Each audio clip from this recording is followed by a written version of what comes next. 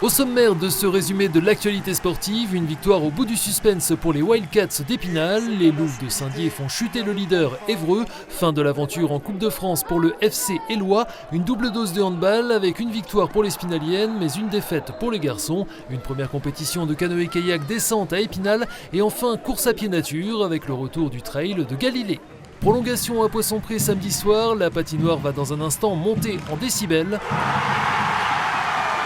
Tout un symbole, c'est le seul défenseur d'expérience valide, Thomas Chrusina, qui vient de libérer le peuple vert et noir à l'issue d'un derby de l'Est haletant et finalement spectaculaire. On s'attendait à un Épinal-Strasbourg classique, heurté, haché, très physique. C'est le jeu finalement qui a pris le dessus, avec d'entrée l'ouverture du score spinalienne signée Armand Jaillat.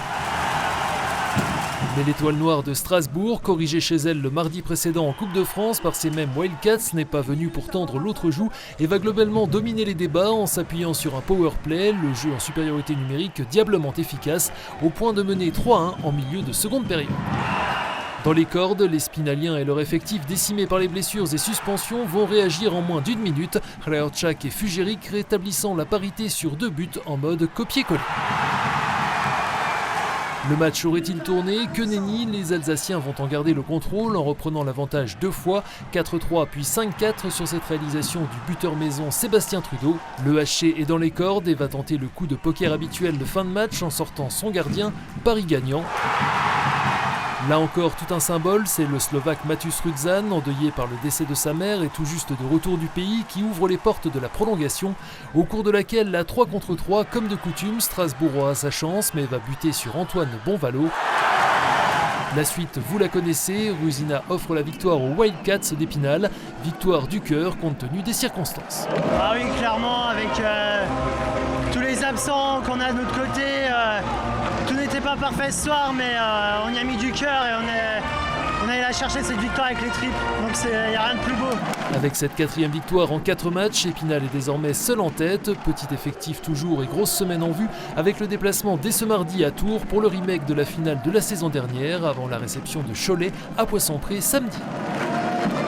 En volleyball, les Louves de Saint-Dié ont frappé un grand coup samedi soir au Palais Omnisport Joseph Claudel en s'offrant le leader de leur championnat, Évreux, invaincu lors des 4 premières journées. Une victoire nette et sans bavure, qui plus est 3-0, 25-19, 25-23, 25-15, qui permettent aux Déodaciennes de revenir à hauteur de leurs adversaires en tête de ce championnat d'Elite Access.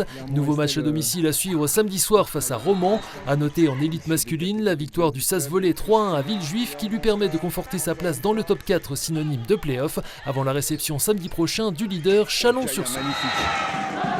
En football, place ce week-end au 6e tour de la Coupe de France. Après la qualification samedi de l'ES Taon sur la plus petite démarche chez les Marnais de Fagnières, inférieur d'une division, les 3 autres clubs vosgiens encore en lice s'entraient en scène dimanche, à l'image ici du FC Éloie en rouge, formation de R2 qui accueillait Jarville, club relégué de National 3. Si les Loyats avaient pris les devants en ouvrant la marque après seulement 10 minutes de jeu, ils n'ont malheureusement pas tenu la distance. Les Meurthe-et-Mosellans sont revenus au score peu avant la pause, avant de profiter d'une passe mal ajustée du gardien local pour prendre un avantage décisif à un quart d'heure du terme. Fin de l'aventure également pour Saint-Dié-Kellerman qui sort la tête haute de la compétition après sa défaite 1-0 face à Thionville-Lusitanos, club supérieur de 2 divisions et leader invaincu de sa poule de N3. Le SAS, lui, s'est logiquement qualifié 4-0 chez la Régionale 3 Mosellane d'Audun-Lottiche. Le tirage au sort du 7e tour, marqué par l'entrée en lice des clubs de Ligue 2 et du 8e, sera effectué mercredi à la mi-journée depuis le Centre national de Clairefontaine.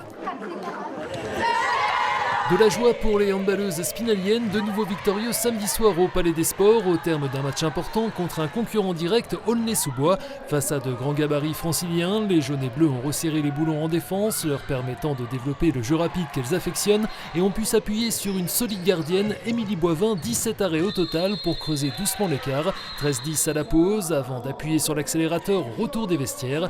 Victoire large au final, 33-23 et une place sur la 3e marche du podium.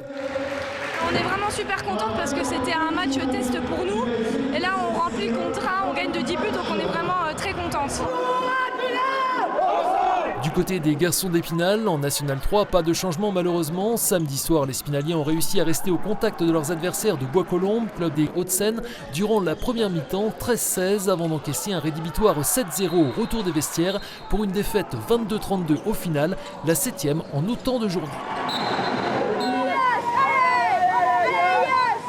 Direction le bassin Naturovif d'Épinal qui accueillait ce week-end les championnats de France U15 et la finale de la Coupe de France de canoë-kayak de descente. Contrairement à sa version slalom, pas de portes à franchir, des embarcations plus volumineuses, mais un même objectif, arriver en bas du parcours le plus rapidement possible, ici sur un format sprint. L'épreuve était organisée par l'AS Gérardmer dont les sociétaires ont brillé avec le titre chez les moins de 15 ans de la séiste Léonie Didier, les victoires dans leurs catégories respectives de Yann Pichek et Magali Thiebaud et les accessibles de Louis Lapointe, Claire Habe, Colline Husson et Charlène Le Corvézier.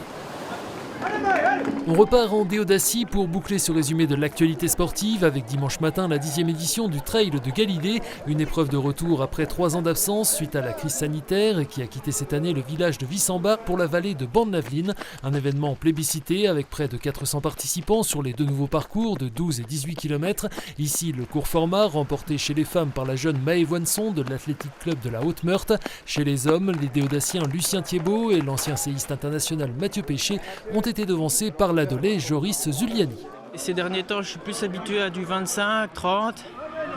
Donc là, faut un peu s'en remettre dedans. C'est vachement en cours, donc c'est à fond tout le long, quoi. C'était vraiment cool. Directement, on a tapé dans le raid, donc on avait tous les pattes pleines de lactate. Mais ensuite, ça a bien déroulé dans la descente. Et puis sur la fin, on était vraiment à la bourre tous les 4. Et ça s'est joué vraiment peu et ouais, je suis trop content de ma 2e place. Ça change, une petite vallée que je connaissais pas du tout. Donc il y a 10 minutes, un quart d'heure de chez moi, donc ça fait toujours plaisir de découvrir de nouveaux coins. Et sinon, temps parfait, temps vosgien, dimanche, et puis voilà. À suivre le week-end prochain, la 2e édition du Trail du Forfelet à Corcieux sur les terres de Kevin Amado, ici à l'image, vainqueur ce dimanche de la course de 18 km, remportée chez les femmes par la Belge Mandy Damekens, cela avant le grand rendez-vous automnal, le Trail des Brosses à Chantraine les 11 et 12 novembre. Football et handball au programme ce lundi soir dans votre émission Côté Sport avec le capitaine du FC Éloie Thomas Joly, l'entraîneur et joueur d'Épinal Handball Michael Mercanton, sans oublier Valérie Tuaillon, chef du service des sports de Vosges Matin. Première diffusion à 19h.